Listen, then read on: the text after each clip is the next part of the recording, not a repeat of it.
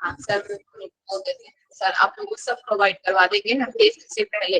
और टेस्ट से पहले आप लोग पढ़िएगा नोट्स, और आप लोग को जो भी प्रॉब्लम होगा एक बार डिस्कस करना है, डिस्कस कर लीजिएगा। मैडम टेस्ट में ऑब्जेक्टिव आएगा? हाँ टेस्ट क्या से आएगा, क्या क्वेश्चन आएगा आपको पता चल। चलिए वल्लम हम लोग पढ़े थे, चैप्टर 1 की बात कर रहे हैं। ये देखिए क्या क्या हम लोग पढ़ लिए थे, ये सब हम लोग पढ़ लिए थे। ईवीएस कंप्लीट हो जाए, सीडीपी और ईवीएस दोनों एक साथ फिर टेस्ट लेंगे।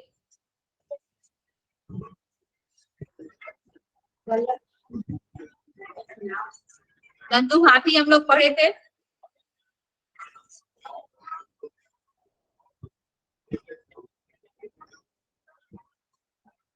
वल्लम नाम,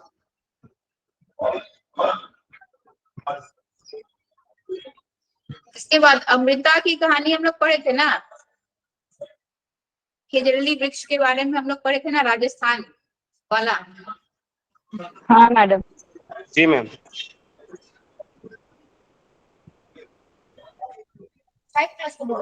हाँ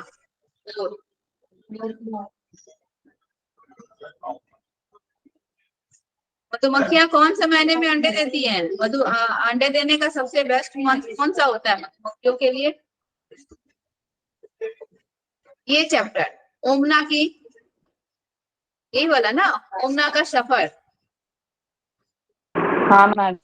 ओमना की डायरी, ये चैप्टर आप लोग को पढ़ाना बाकी है। चलिए मैम पढ़ा, इसमें सॉल्व करने के लिए था। अच्छा सॉल्व करने के लिए था, पढ़ा चुकी थी तो इसमें तो बताए थे, जो जो क्वेश्चंस आता है वो तो चीजें हम बता चुके थे। अभी ये चैप्टर खत्म नहीं हुआ है, वही ओमना की डायरी का ही ये दूसरा पार्ट है, खिड़की से, ये भी हो गया था। हाँ मैडम। नहीं मैडम कैसे पहुंचे, कितनी देर में वो, कितने घंटे में वो पहुंची? कैसे मैम हमें करवा दीजिए ओमना की डायरी। ये नहीं जब हुआ था सफर मैम। कच्छ से शुरू की तब हाँ। कितने घंटे में वो पहुंची, वो वाला कुछ सॉल्व वाला प्रॉब्लमैटिक क्वेश्चन। अच्छा वो प्रॉब्लमेटिक क्वेश्चन जो है ना ज्योति जी, आपका जब क्वेश्चन पेपर हम भेजेंगे, आपका टेस्ट लेंगे, उसमें वो क्वेश्चन आएगा, वो चीज हम सॉल्व करवा देंगे, ठीक है? उसके लिए इतना टेंशन नहीं लेना है, वो हम करवा देंगे। क्वेश्चन वैसा आएगा ना आप लोग के पास, जब टेस्ट लेंगे तो वो करवा देंगे। इसमें 2 तरह का ऐसा आप लोग का क्वेश्चन आएगा, वो आने से हम करवा देंगे। चलिए बदलते परिवार, बदलते परिवार, ये चैप्टर हम लोग को पढ़ना है कि पढ़ चुके हैं? पढ़ना है मैडम। पढ़ना है। चलिए बदलते परिवार जो हम लोग का चैप्टर है, इसमें बहुत कुछ, इसमें भी बहुत कुछ खास नहीं है। फैमिली कैसे बदलते हैं, जब फैमिली में क्यों कोई न्यू मेंबर, हाँ हम ठीक है तो ध्यान से क्लास 3 पढ़ना है, पर पढ़ा रहे हैं। हाँ अच्छा करेंगे, कर लो आपका भी आवाज बुझे गए। आप लोग आके यहाँ पे बैठ, ठीक है? फैमिली में जब न्यू मेंबर्स आते हैं, जब कोई न्यू बेबी बर्न होता है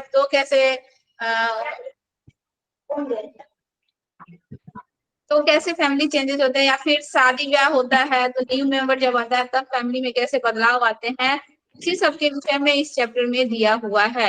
या फिर कभी हम लोग का कोई पोस्टिंग हो जाए, एक प्लेस से दूसरे प्लेस जब हम लोग को जाना होता है, ठीक है, तो फैमिली में कैसे चेंजेस आते हैं, पैकिंग करना होता है, दूसरे स्टेशन जाना होता है, तो ये सभी चीजें इसमें दी हुई है। इसमें बहुत इंपॉर्टेंट नहीं है, देखिए शादी ब्याह के विषय में दिया गया है, नई बहू के आने पर घर में क्या बदलाव आते हैं, यही सब दिया गया। ये चैप्टर हम लोग का बहुत इंपॉर्टेंट नहीं है, आप लोगों को बस पढ़ लेना है। देखिए दिया हुआ अध्यापक के लिए कि बदलाव जिंदगी का हिस्सा है, इन बदलावों पर बच्चों पर गहरा असर हो सकता है, इसीलिए यह आवश्यक है कि इस पर चर्चा को संवेदनशीलता से करें, ठीक है?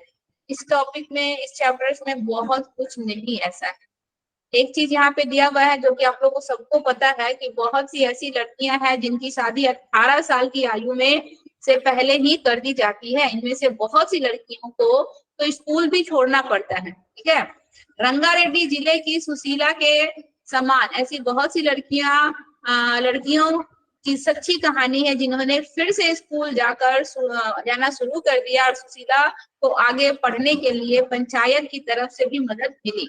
पंचायत का कहना था कि बच्चों के लिए खेलना और पढ़ना बहुत जरूरी है, उनकी बचपन में शादी नहीं करनी चाहिए। आंध्र प्रदेश के लोग का एक समूह विशेष कैंप लगाता है और इस कैंप द्वारा कम उम्र की शादीशुदा लड़कियों को फिर से स्कूल भेजने में मदद की जाती है। ठीक है।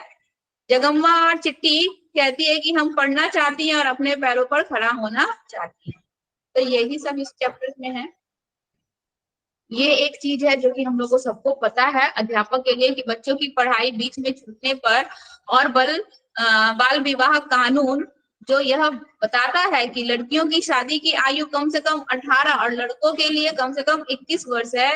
इस पर यदि आवश्यक हो तो चर्चा करवाई जाए, क्लास में बच्चों को इस टॉपिक पर चर्चा करवाई जाए।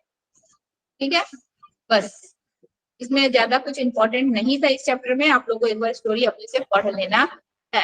अभी देखिए एक न्यू चैप्टर है, चैप्टर 10 हुतु तुतु। ये स्टोरी है हम लोग का खेल का।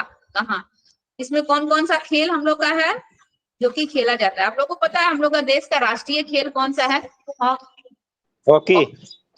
हॉकी। बहुत लोग बोल देते हैं क्रिकेट। राष्ट्रीय भाषा कौन सी है हमारे देश की? हिंदी। हिंदी? हिंदी नहीं है। सॉरी हमारे मैम। देश की राष्ट्रीय भाषा हिंदी नहीं है, ना ही हिंदी है, ना ही इंग्लिश है, ना ही संस्कृत है, कुछ नहीं है। उर्दू नहीं होगा। हमारे देश की राष्ट्रीय भाषा हिंदी नहीं है। बहुत से लोग बोलते हैं कि देश की राष्ट्रीय भाषा हिंदी है, लेकिन देश की राष्ट्रीय भाषा हिंदी नहीं है। हाँ, उस हिंदी को जो है संचार माध्यम का एक ऐसा भाषा माध्यम माना गया है जिसके थ्रू जो है पूरी इंफॉर्मेशन जो है एक जगह से दूसरी जगह पहुंचाया जाता है। कम्युनिकेशन का एक साधन है ये, लेकिन इसको राष्ट्रभाषा नहीं माना गया है। राष्ट्रभाषा हिंदी को इसलिए नहीं माना गया क्योंकि हमारे दक्षिण भारत के लोगों को हिंदी तो आती नहीं थी, लोगों को हिंदी का ज्ञान था नहीं। तो अगर इसको राष्ट्रभाषा मान लिया जाएगा तो उन लोगों को तो इसका नॉलेज ही नहीं है, तो कैसे वो लोग को कैसे इन्फॉर्मेशन पहुंचेगा, चाहे वो लोग कैसे कम्युनिकेशन करेंगे? तो कोई नहीं है, हमारे देश की राष्ट्रभाषा कुछ नहीं है। विदेश भाषा, विदेशी भाषा अंग्रेजी है। हम लोग का देश में जो है संचार माध्यम का, कम्युनिकेशन का माध्यम जो है हिंदी है। बोलेंगे तो कोई पूछेगा तो कैसे नहीं है, सच बात है। हमारे देश की राष्ट्रभाषा हिंदी नहीं है। प्रूफ न्यूज चैनल में भी ये चीज एक बार आया था, न्यूज देखती है। देखिए हुतु तुतु यानी कि कबड्डी का खेल हम लोग भी खेले हैं। इस खेल में बताया गया है कि क्या कर रही है ये लड़कियां, आउट आउट की आवाज आ रही है, तो मतलब साफ है कि कोई खेल खेला जा रहा है। ठीक है, तुम इस खेल को किस नाम से जानते हो? आपके एरिया में इस खेल को किस नाम से जाना जाता है उसको बताना है। इसके बाद देखिए होता क्या है इस खेल में, आप लोग को भी पता है इस खेल में क्या होता है कि जब सांस छूट जाती है और दूसरे टीम के लोग जब पकड़ लेते हैं तो आउट माना जाता है। ठीक है, इसीलिए वे सारे आउट हो गए। बोल रहा है कि श्यामला ने जब बीच की लाइन छुई तो दूसरे पाले की सारी लड़कियों ने उसको पकड़ा हुआ था, इसीलिए वे सारी आउट हो गई। परंतु रोजी बहस करने लगी, उनका कहना था कि श्यामला की तो सांस टूट गई थी, इसीलिए उनकी टीम आउट नहीं है। ठीक है, इसमें जो ज्यादा इंपॉर्टेंट है हम आप लोग को वो बता देते हैं। देखिए कबड्डी के खेल में टोटल कितने खिलाड़ी की जरूरत होती है, तो दोनों टीम में कितनी कितनी खिलाड़ियां होती हैं, यहाँ से क्वेश्चन पूछता है। देखिए बोल रहा है तो ऐसा ही है कबड्डी का खेल। कितना? तो कबड्डी नहीं नहीं नहीं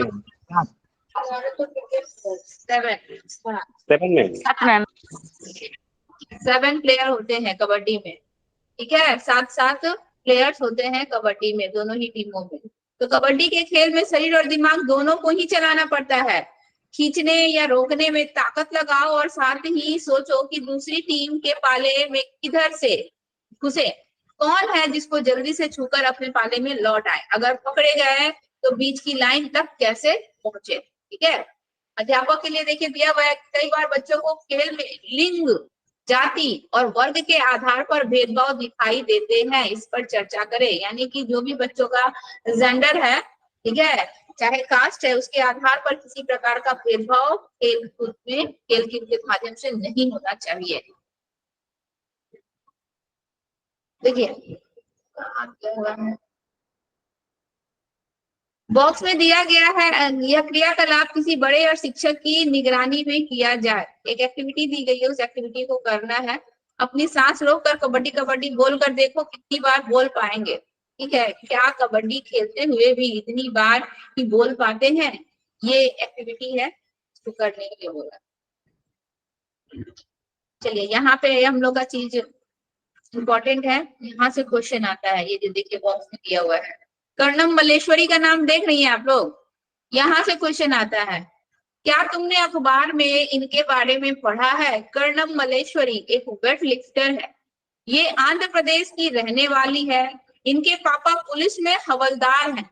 जब ये 12 साल की थी तभी से वजन उठाने का अभ्यास करने लगी थी।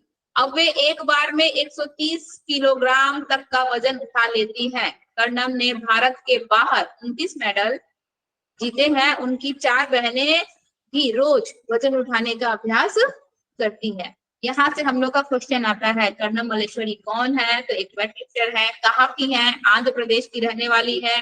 इनके पापा क्या थे? तो इनके पापा एक हवलदार थे। ठीक है, 12 साल की उम्र से ही ये वजन उठाने का काम कर रही है। अब वे 130 किलोग्राम का वजन उठा सकती हैं। 130 किलोग्राम तक का वजन वो उठा सकती हैं। और कर्णम ने भारत के बाहर 29 मेडल जीते हैं और उनकी 4 बहनें भी इसी काम में वजन उठाने का अभ्यास ही करती है। ये हम लोग का यहाँ से क्वेश्चन आता है कर्णम मल्लेश्वरी से। ये 3 बहनों की कहानी है। ये तीनों बहनें जो है कबड्डी के खेल में जो है माहिर थी, उनकी कहानी दी गई है। देखिए यह फोटो देखिए, लगती है ना दादी नानी, पर ये है आम दादी नानियों से अलग। यह फोटो है 3 बहनों की, ज्वाला, लीला और हीरा। ये मुंबई में रहती हैं। ये तीनों कबड्डी खेलती है और दूसरों को सिखाती भी थी। ज्वाला बताती है कि जब वो छोटे थे तब लोग लड़कियों को यह खेल खेलने नहीं देते थे। यहाँ पे जेंडर डिस्क्रिमिनेशन की भी बात की गई है कि लड़कियां ये खेल नहीं खेल सकती हैं, लड़कियां इस फील्ड में नहीं आ सकती हैं। इन सब पर भी इस चीजों पर डिस्कस किया गया है। ठीक है, तो हम जब छोटे थे क्या होते हैं तो मेरा तो सर यहाँ पे नोट्स बोल रहे हैं लोग कि नहीं मिल रहा है मेरा। लोगों को लगता था कि अगर लड़कियां छीना झपटी वाला खेल खेलेंगी तो उनसे कौन शादी करेगा। ठीक है, तो कबड्डी में लड़कों वाले कपड़े पहनने पड़ते हैं, इसीलिए भी लोग खेलने से मना कर देते हैं। अध्यापक के लिए देखिए, ओलंपिक खेल में पदक जीतने वाले खिलाड़ी के बारे में पता करने के लिए बच्चों की मदद करें। ये तीनों बहनों की स्टोरी दी गई है। कर्णम मल्लेश्वरी वाला वहां इंपॉर्टेंट था, वो हम आपको बता दिए। बाकी आप लोग स्टोरी को खुद से पढ़िएगा। देखिए अध्यापक के लिए बोल रहा है कि इन उदाहरणों के द्वारा कक्षा में बच्चों का ध्यान इस ओर दिलाए कि कई बार लड़कियों को खेलने के मौके लड़कों के बराबर नहीं मिलते। क्या यहाँ पे भी डिस्क्रिमिनेशन की बात की जा रही है। लड़कियों को खेलने के मौके लड़कों के बराबर नहीं मिलते हैं, इस पर चर्चा करवाई जा सकती है। माँ के भाई को मामा और बच्चे से पता करें कि वे अपनी माँ के भाई को क्या कहते हैं, क्योंकि अलग अलग स्टेट्स में अलग अलग नाम से पुकारा जाता है।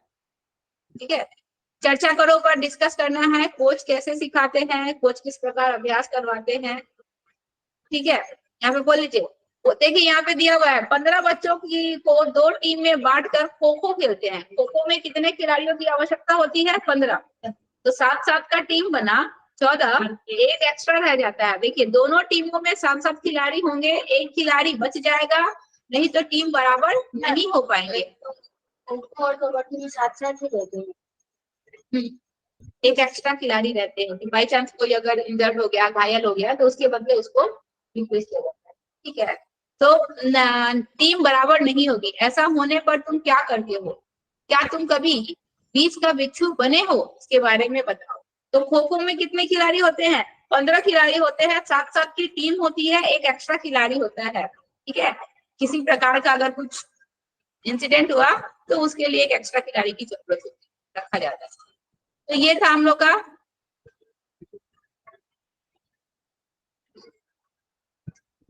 उतु वाला चैप्टर बहुत, उसमें भी कर्णम मल्लेश्वरी वाला क्वेश्चन ज्यादा इंपॉर्टेंट है। और कबड्डी में कितने प्लेयर होते हैं और इसमें कितने प्लेयर होते हैं, यही पूछा जाता है। ये फुलवारी चैप्टर देखिए, फुलवारी चैप्टर हम लोग का ज्यादा इंपॉर्टेंट है, इसमें क्वेश्चन बनता है। अगर आप लोग के पास बुक है तो अंडरलाइन कीजिएगा।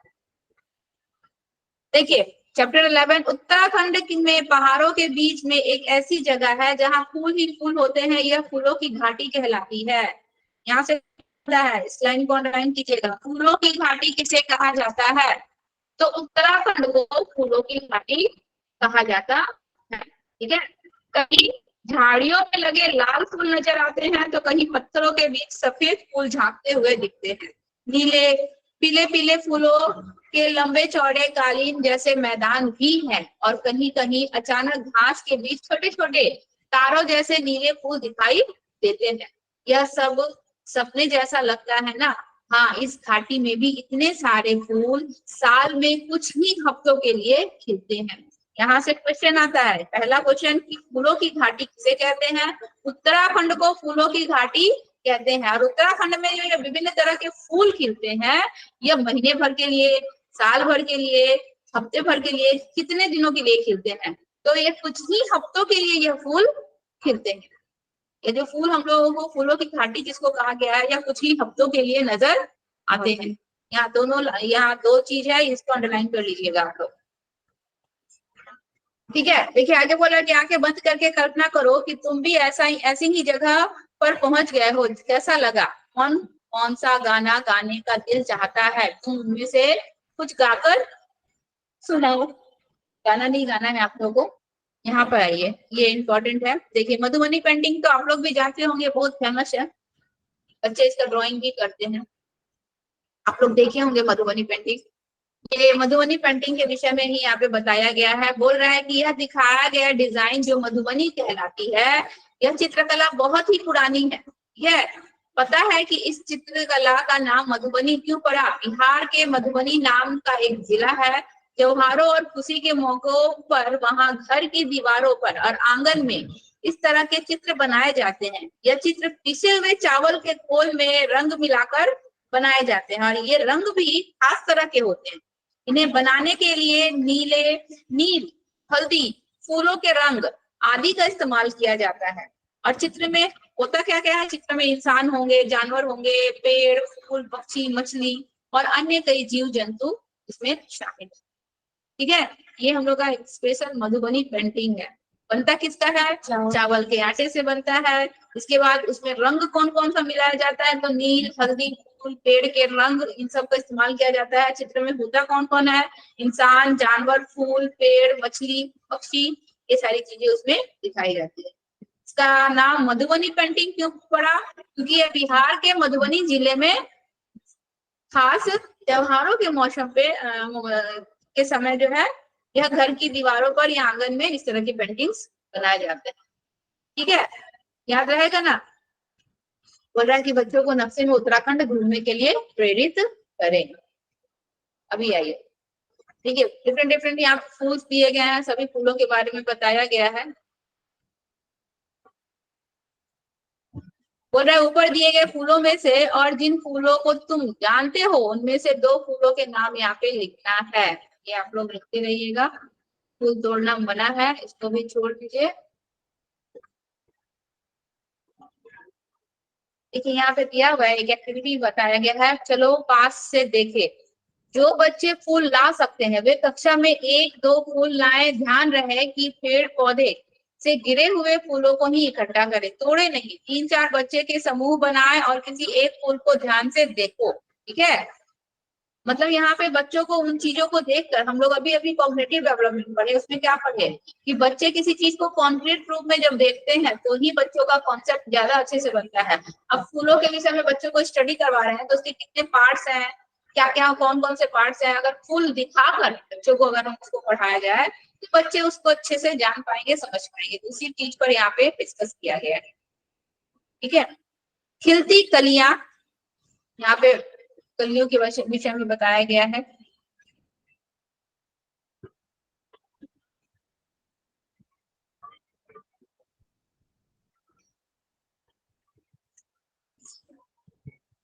पेज नंबर होता है, पेज नंबर 18।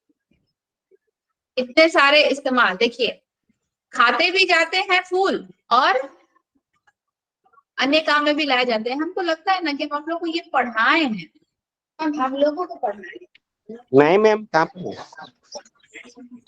No ma'am. खाते भी जाते हैं फूल। देखिए, तुमने फूलों का कहाँ कहाँ इस्तेमाल देखा है? क्या तुम जानते हो कि फूल खाए भी जाते हैं? देखिए, यहाँ से क्वेश्चन बनता है, इन सब लाइन को अंडरलाइन कीजिएगा। बहुत से फूलों की सब्जी बनती है। देखिए, उत्तर प्रदेश में रहने वाले फिरोजा और नीलिमा को कचनार के फूल की सब्जी बहुत पसंद है। यहाँ से क्वेश्चन बनता है, कचनार के फूल की सब्जी कहाँ बनाई जाती है? तो उत्तर प्रदेश में। ऐसे क्वेश्चन बनता है। इसके बाद बोल रहा है कि केरल की यामिनी अपनी अम्मा से केले के फूल की सब्जी बनाने की फरमाइश करती है।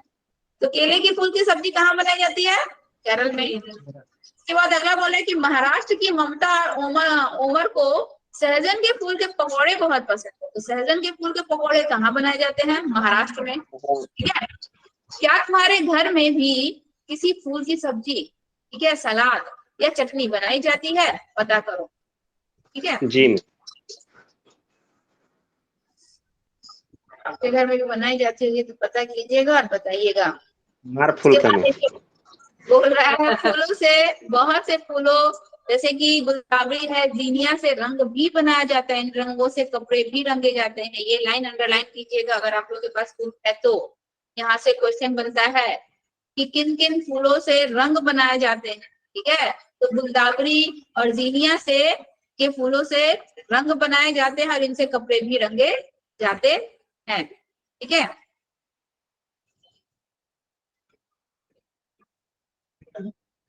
देखिए यहाँ पे दादी माँ के का नुस्खा दिया हुआ है ना। यहाँ से क्वेश्चन बनता है हम लोगों का कि तुमने दादी माँ के कुछ नुस्खे के बारे में तो सुना ही होगा जिनमें फूलों का इस्तेमाल होता है। यहाँ पर एक नुस्खा दिया गया है जिसमें गुलाब जल इस्तेमाल किया गया है। ठीक है, क्या दिया गया है कि गुलाब जल या ग्लिसरीन बराबर मात्रा में मिलाकर शीशे में भर लो, इसमें से कुछ बूंदे नींबू की डालो। इसके इस्तेमाल से सर्दी में त्वचा नहीं फटती है। यहाँ से क्वेश्चन बनता है, समझ में आया? इसको भी अंडरलाइन कीजिए। इसके बाद देखिए ये जो बॉक्स में दिया हुआ है, यहाँ से क्वेश्चन बनता है। बोला कि क्या तुमने कभी इत्र की शीशी खुलने पर उसकी खुशबू का मजा लिया है? क्या तुम जानते हो कि इत्र की एक छोटी सी शीशी भी बहुत सारे फूलों से बनती है? देखिए यहाँ ये सेकंड पैराग्राफ से अंडरलाइन कीजिएगा। उत्तर प्रदेश का कन्नौज जिला इत्र के लिए मशहूर है।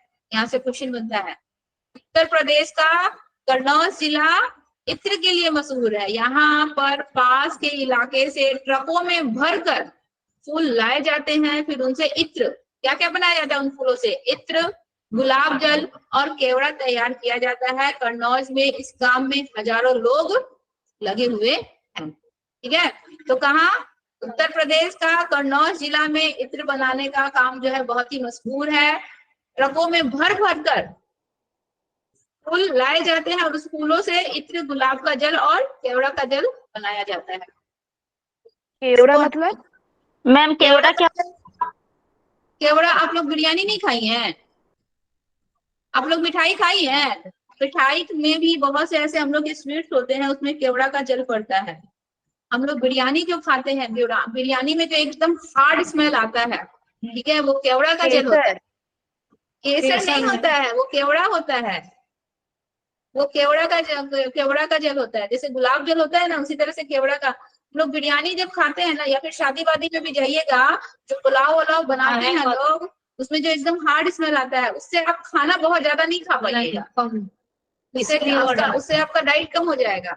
उसका स्मेल बहुत हार्ड होता है, वही केवड़ा का जल है। लोग ये मिठाई भी बनते हैं ना, तो उस मिठाई में भी केवड़ा का जल का यूज होता है। बिरयानी बनाने में केवड़ा का जल का यूज होता है। क्या है?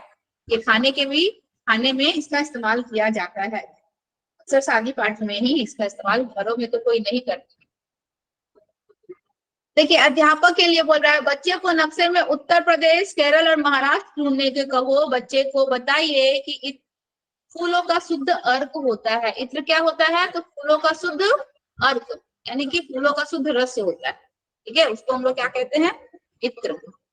एक छोटी सी शीशी में होता है, लेकिन वो छोटी सी सीसी में जो इत्र जो बन के निकलता है वो कई सारे फूलों से निकलता है, एक या दो फूलों से नहीं, बहुत सारे फूलों का वो रस होता है। और कहाँ कहाँ इस्तेमाल देखिए, क्या तुमने कभी फूलों का कोई गीत पढ़ा या सुना है? यह गीत को गाओ, गीत को बाद में हम लोग गाएंगे, छोड़ दीजिए इसको। बनना, अध्यापक के लिए देखिए बोल रहा है कि बनना, ये राजस्थान जैसे एरिया में मारवाड़ी लोग जो होते हैं उन लोग का मतलब बनना का मतलब होता है दूल्हा। ठीक है, बच्चों को पूछे कि उनके इलाके में बनने को क्या कहते हैं, दूल्हा को क्या कहते हैं। बहुत से इलाके में दूल्हे को पाहुन कहते हैं, कहीं दामाद कहते हैं ना। तो राजस्थान एरिया में दूल्हा को बनना कहते हैं, दुल्हन को बननी कहते हैं। यहाँ से भी क्वेश्चन आता है। मैडम सैटरडे को ईवीएस का भी होगा टेस्ट? नहीं नहीं नहीं, ईवीएस अभी चैप्टर कंप्लीट नहीं हुआ है। ईवीएस जब तीनों कंप्लीट हो जाएगा इसके बाद हमारे पास एनईपी है, एनईपी 2020 है, ये सब का हम नोट्स भेज देंगे, इसके बाद होगा, अभी नहीं होगा। अभी फिलहाल आज 2 दिन बीच में हम आप लोगों को क्यों कोई न्यू टॉपिक नहीं बता रहे थे कि आप लोग अपना रिवीजन करो सीडीपी का, इसीलिए हम आज सोचे कि ईवीएस करवा दें।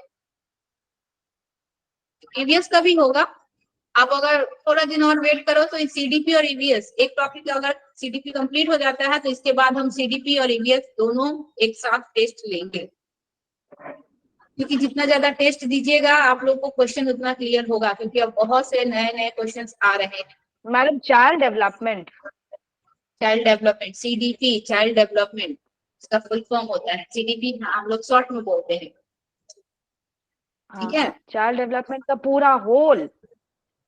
चाइल्ड डेवलपमेंट तो अभी आप लोगों को 6 टॉपिक करवाए हैं, 6 टॉपिक का लेंगे। इसके बाद जैसे जैसे एक एक टॉपिक कंप्लीट होते जाएगा उसका टेस्ट होते जाएगा, प्लस उसमें ईवीएस का टेस्ट ऐड कर देंगे, यानी कि 30 मार्क्स का सीडीपी और 30 मार्क्स का ईवीएस दोनों होगा, ठीक है। तो इसके बाद धीरे धीरे 3 टॉपिक उसमें ऐड हो जाएगा, एक साथ नहीं ना टेस्ट होगा। मैम टॉपिक बता दीजिए ना मैडम चाइल्ड डेवलपमेंट का। चाइल्ड डेवलपमेंट का टॉपिक क्या है? सबसे पहला टॉपिक हम लोग पढ़े थे डेवलपमेंट, विकास, वो टॉपिक आएगा। दूसरा टॉपिक हम लोग पढ़े थे हेरिडिटी एंड एनवायरनमेंट, वो टॉपिक आएगा। तीसरा टॉपिक हम लोग इंडिविजुअल डिफरेंस पढ़े थे, वो आएगा, ठीक है। उसके बाद चौथा हम लोग पढ़े थे इमोशनल डेवलपमेंट, पढ़े थे ना, इमोशनल डेवलपमेंट सामवेगिक विकास, वो आएगा। और लास्ट अभी हम लोग 5वां टॉपिक पढ़े हैं कॉग्निटिव डेवलपमेंट, वो आएगा। इसके अलावा भी और कोई टॉपिक था बीच में? ये 5 टॉपिक का है मैम, 5 टॉपिक हो। अच्छा, ये सोशल, हम लोग सोशल डेवलपमेंट भी पढ़े हुए हैं, 6 टॉपिक आएगा। सोशल डेवलपमेंट एंड सोशलाइजेशन ये भी आएगा। ये 6 टॉपिक आप लोग का टेस्ट में आएगा, इन 6 टॉपिक से पढ़ना है।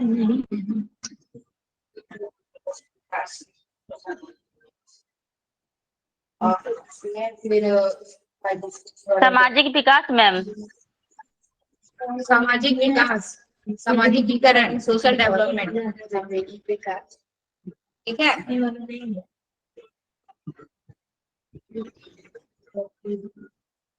हो गया ना, ये टॉपिक 6 टॉपिक है, इसका नोट्स मिल जाएगा, इसको पढ़िए, रिवीजन कीजिए, और इधर 2 दिन के बीच में अगर कोई डाउट है तो पूछ लीजिए।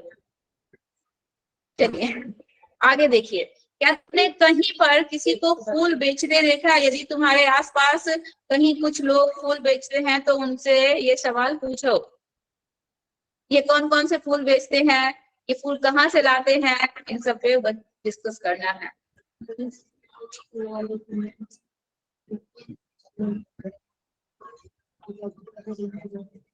क्या चलिए नहीं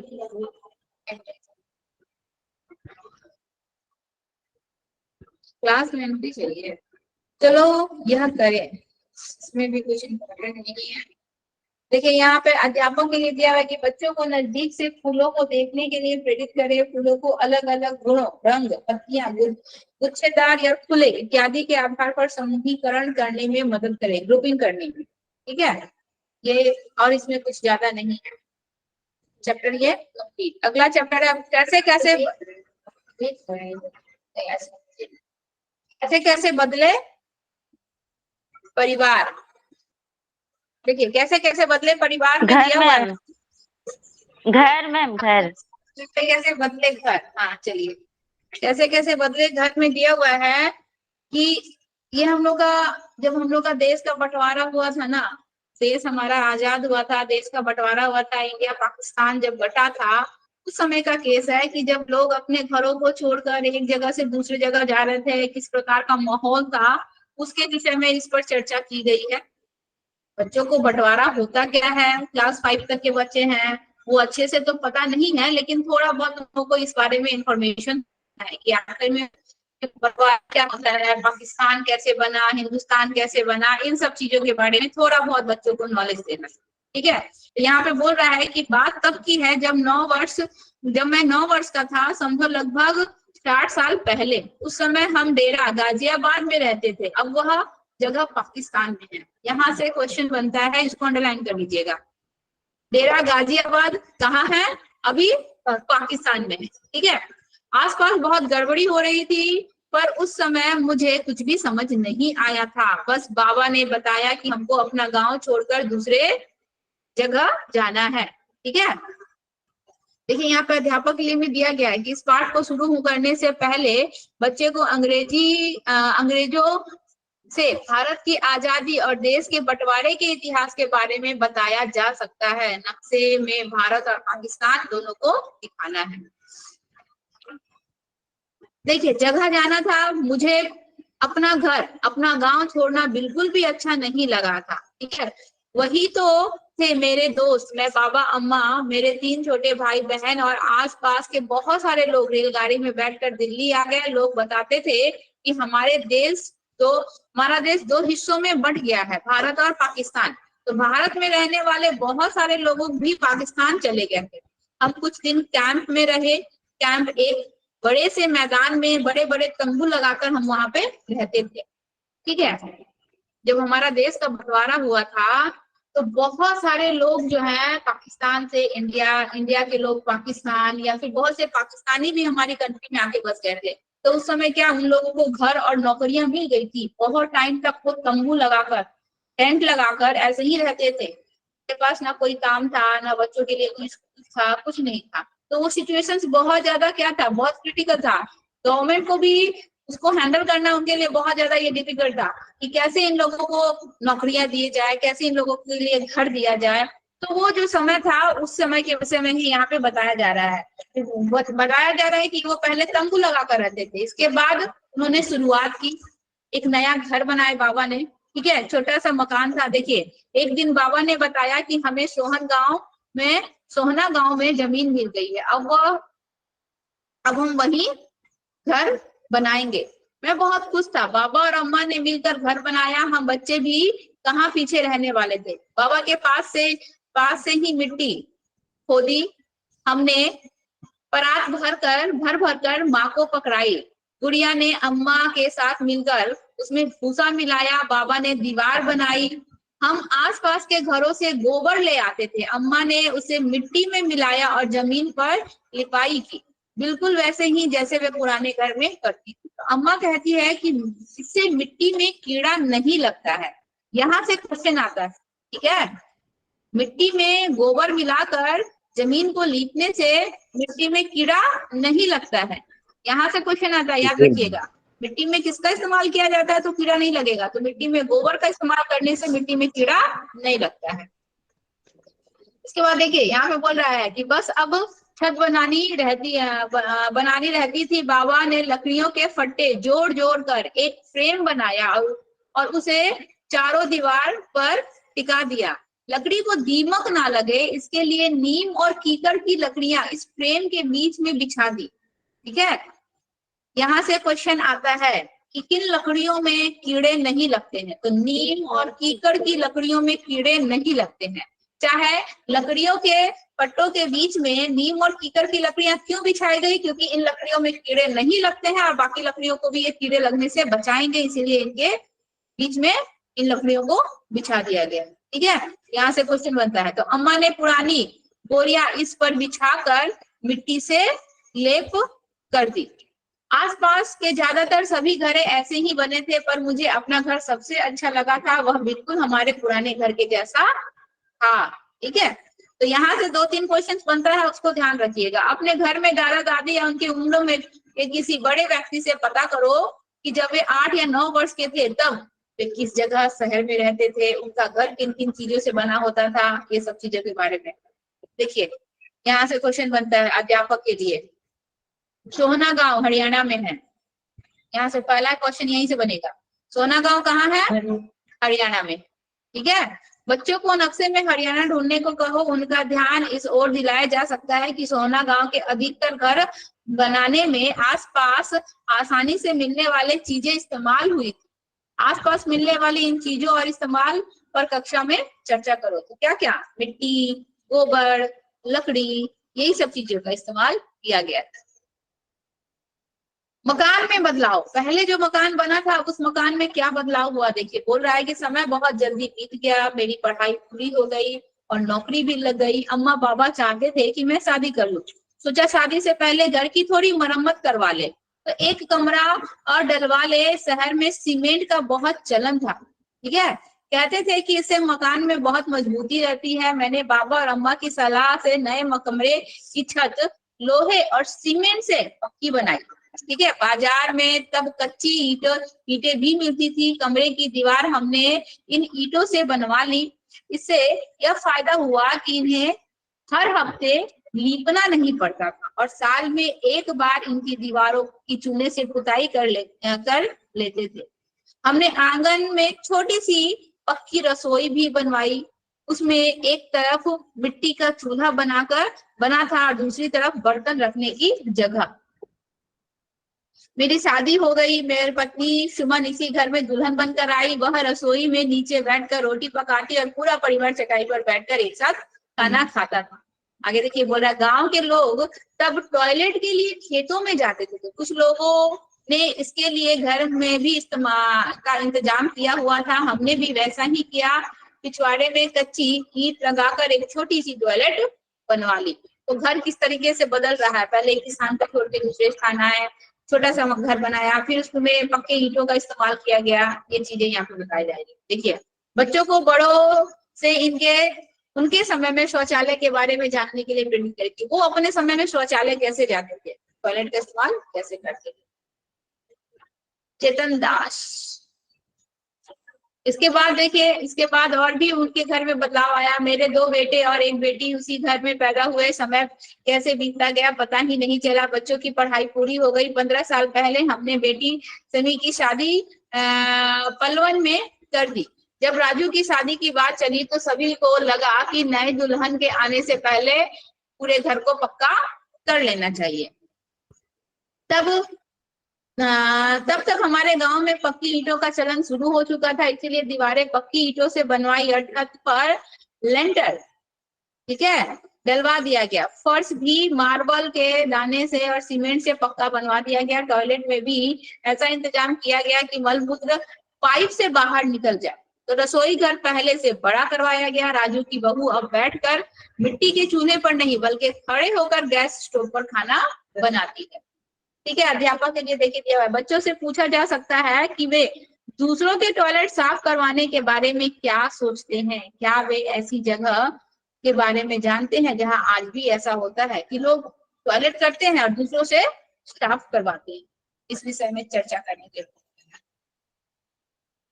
ठीक है। देखिए इसके बाद दिया है नई नई चीजें। मेरे छोटे बेटे मोन्टू की जब नौकरी लग गई थी तो वो दिल्ली जाकर बस गया। अब उसका पूरा परिवार दिल्ली में ही रहता है। मैं और सुमन कभी मोन्टू के पास दिल्ली में रहते हैं तो कभी राजू के पास सोहना में। ठीक है, मैं सोहना से जब दिल्ली जाता हूँ तो रास्ते में गुरुग्राम शहर पड़ता है।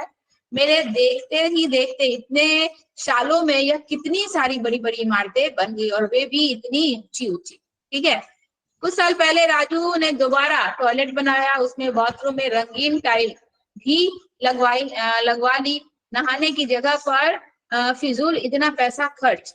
बोल रहा है कि मैं अब 70 वर्ष का हो गया हूँ, इतने सालों में मैंने अपने घर में इतने सारे बदलाव देखे। पता नहीं मेरे पोते पोती बड़े होकर कहाँ रहना चाहेंगे और कैसा होगा उनका घर। ठीक है, सबके बारे में ही डिस्कस किया गया है। जो छोटे छोटे क्वेश्चन बन रहा था उसको आती है,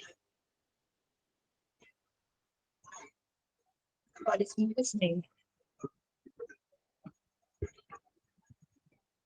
यहाँ पे देखिए बोल रहा है कि तुम्हारे स्कूल के आसपास यदि कोई इमारत या मकान बन रहे हो तो वहां बच्चों को ले जाया जा सकता है, वहां पर काम करने वाले लोगों से बातचीत भी करवाई जा सकती है। ऐसा क्यों बोला जा रहा है कि बच्चे को अगर किसी एक्टिविटी में इन्वॉल्व करवाया जाए तो बच्चे उस चीज में ज्यादा इंटरेस्ट दिखाते हैं और उस चीजों के विषय में बच्चे ज्यादा नॉलेज रखते हैं, इसीलिए। ठीक है। अध्यापक के लिए अगर हो सके तो जहां इमारत बन रही है वहां बच्चों को ले जाया जाए, वहां काम करने वाले कर रहे कुछ लोगों को अपने स्कूल में बुलाए, उनके काम और औजार के बारे में बच्चों से बातचीत करें। हो गया खत्म। अगला चैप्टर है 13 चैप्टर, पहाड़ों से समुद्र तक। पहले तो सबसे पहले पिक्चर को ऑब्जर्व कीजिए, देखिए पिक्चर स्टडी कीजिए। देखिए दिया हुआ है पहाड़ों से रिवर निकल रहा है, वहां पे पानी एकदम शुद्ध है, पेड़ पौधे एकदम हरे भरे हैं, पशु पक्षी दिख रहे हैं, मछलियां तैरती हुई नजर आ रही है। जैसे जैसे यह पानी जो है आगे की तरफ मूव कर रहा है, नदी का पानी, वैसे वैसे जो है देख रहे हैं पशु पक्षी तालाबों में नहाते हुए नजर आ रहे हैं। कल कारखानों का पानी, गंदा पानी जो है इसमें बहता हुआ नजर आ रहा है। नाव है, ठीक है। मछलियां जो है मरती हुई नजर आ रही हैं। तो यहाँ पे पिक्चर स्टडी करने के लिए, ऑब्जर्वेशन के लिए बोला गया है। तो बोल रहा है कि पहाड़ों से समुद्र तक जो रास्ता होता है नदियों का, वो कैसे कैसे जो है उनको गुजरना पड़ता है। तो नाव, बहता पानी, नीला, मछली, पानी के पौधे, बड़ा जहाज, तेल, नदी के किनारे, बदबू, फैक्ट्रियां, जानवर, कपड़े धोना, दूसरे काम, बदलाव, शहर, ये सब चीजों को यहाँ पे ऑब्जर्व करने के लिए बोला गया है।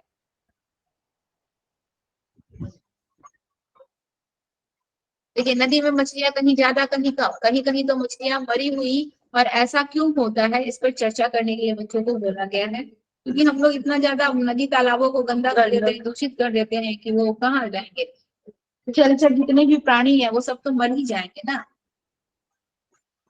उसी के विषय में यहाँ पे बताया गया है।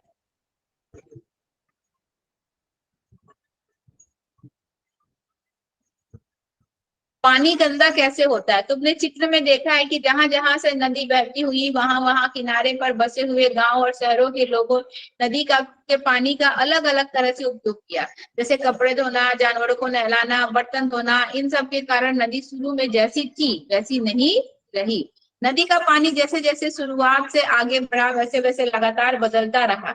ऐसे ही कारणों से तालाबों और झीलों का पानी भी गंदा हो जाता है।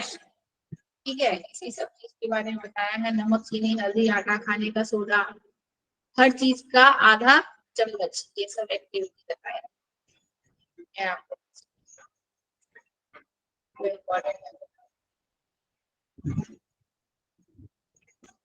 इस चैप्टर में ज्यादा कुछ नहीं, इस चैप्टर में कुछ है ही नहीं इम्पोर्टेंट। चलिए, बसवा का खेत, ये चैप्टर हम लोग का इम्पोर्टेंट है, यहाँ से क्वेश्चन बनता है। देखिए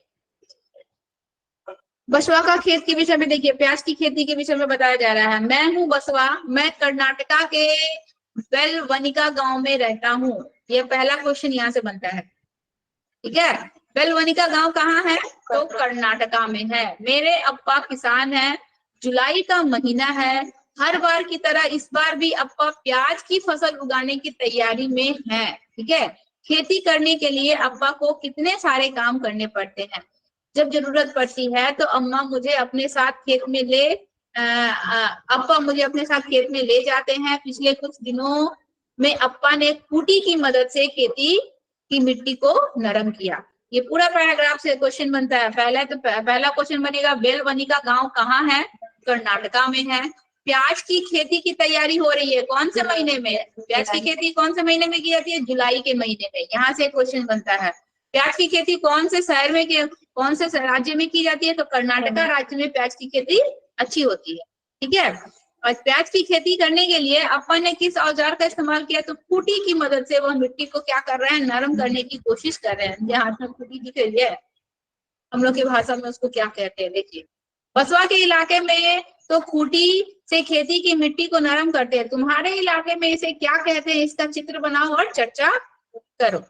देखिए दिया हुआ है अध्यापक के लिए। इस पाठ में प्याज की फसल का उदाहरण मात्र लिया गया है। अपने इलाके की आसपास के किसी एक फसल को उगाने के लिए किए गए कार्य पर भी आप चर्चा करवा सकते हैं। मतलब एक एग्जाम्पल लिया गया है प्याज की खेती के लिए। आपके इलाके में किससे खेती की जाती है उस पर भी आप बच्चों से डिस्कस कर सकते हैं।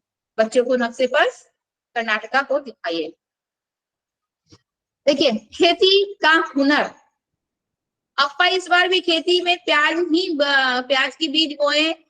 बैल यानी कि कुरगे, ये सब का हिंदी पता चल जाएगा आप लोगों को क्या कहते हैं।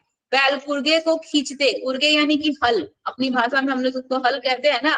कुरगे को खींचते जाएंगे और अप्पा पीछे पीछे बीज डालते जाएंगे। अप्पा को इसी तरह कुरगे में बीज डालते देखा मेरा भी ऐसा करने का मन करता है, पर शायद मैं इसके लिए अभी छोटा हूँ। अप्पा मुझे बीज नहीं डालने देते, कहीं मेरे हाथों से ज्यादा बीज न गिर जाए। थोड़े थोड़े बीज गिराना बहुत ही मुश्किल है, पता नहीं मैं कब कर पाऊंगा।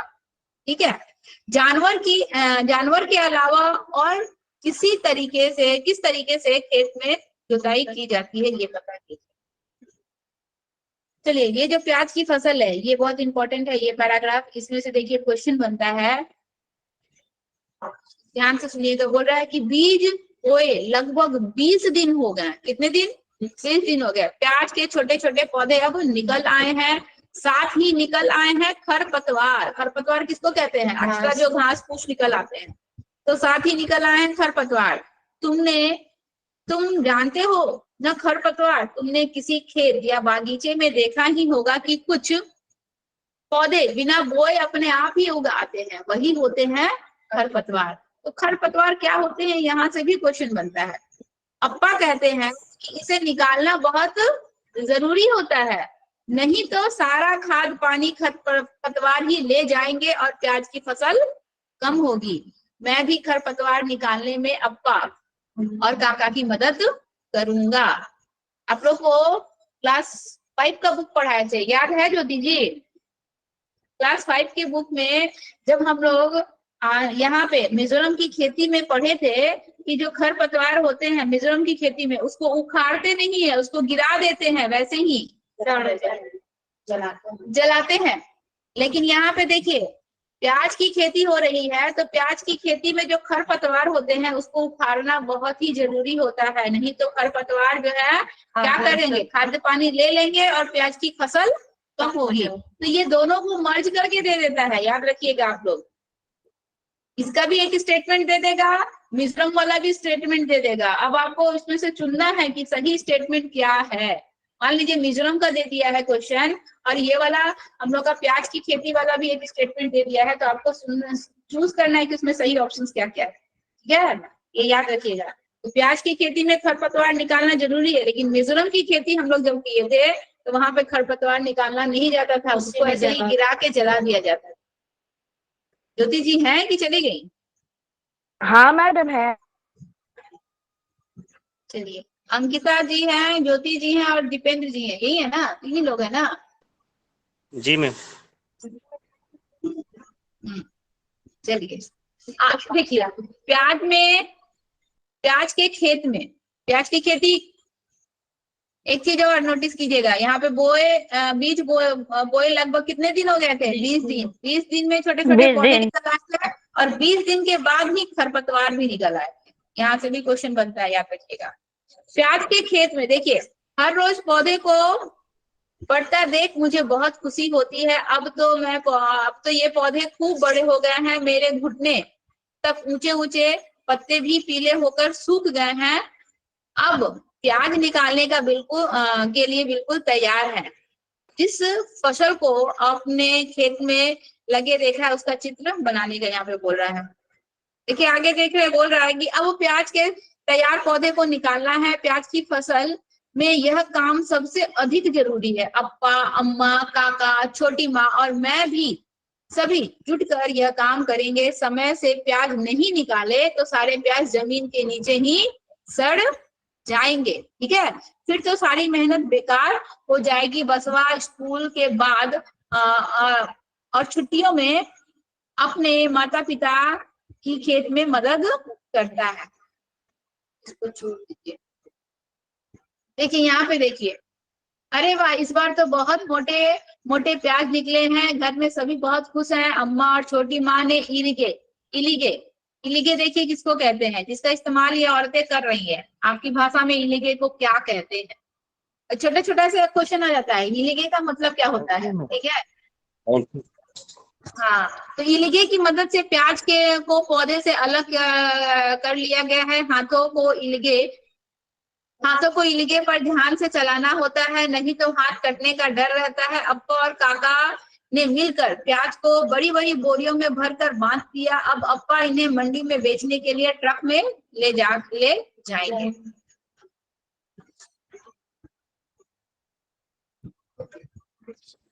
देखिए यहाँ पे नाम फिल करना है पाठ में, तुम्हारे इलाके में, ठीक है।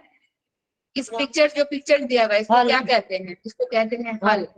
पाठ में इसका नाम क्या था? घर नहीं, खूटी खूटी मैम। खूटी, खूटी नहीं था। इसको हल को खूटी कहाँ कहते हैं? हल को खूटी नहीं कहते थे, हल को क्या नाम था? मैम हल का यहाँ पे था, हल को कुरीगे। हल को कहते हैं कुरीगे, ठीक है। क्या तो मैम? पाठ में हल को कहते हैं कुरीगे, आपके इलाके में इसको कहते हैं हल, ठीक है। ये जो दिया हुआ है ये हम लोग का हो गया खूटी, इसको कहते हैं खूटी। तो पाठ में इसको कहते हैं खूटी, और आपके इलाके में क्या कहते हैं वो बताइए। इसके बाद पाठ में इसका नाम है इलिगे, ठीक है, जिससे उसकी अम्मा जो प्याज को काट रही थी। आपके इलाके में इसको क्या कहते हैं? पौंसुल कहते हैं, हसुआ कहते हैं, बहुत लोग बहुत कुछ कहते हैं, ठीक है। ये सब हाँ, ये सब आता है। कर्नाटका की भाषा में इलिगे क्या होता है? कर्नाटका राज्य में इलिगे का मतलब क्या होता है? या कर्नाटका राज्य में हम लोग का ये कुरीगे क्या होता है? ये सब क्वेश्चन आता है, सबको याद रखना है, छोटा छोटा क्वेश्चन। ये हम लोग का चैप्टर खत्म हो गया। हाँ, पाठ 15 मंडी से घर तक। रहने दें, कितना टाइम हो गया? 3:45। अच्छा ठीक है, रहने दें। ठीक है, आज इतना ही आप लोग क्लास कीजिए। आप लोग को जो है नोट्स जो है ना वो मिल जाएगा, आप लोग उसको पढ़िएगा। सबसे पहले कॉग्निटिव डेवलपमेंट पढ़ लीजिएगा। कल हम लोग चैप्टर 15 से पढ़ेंगे।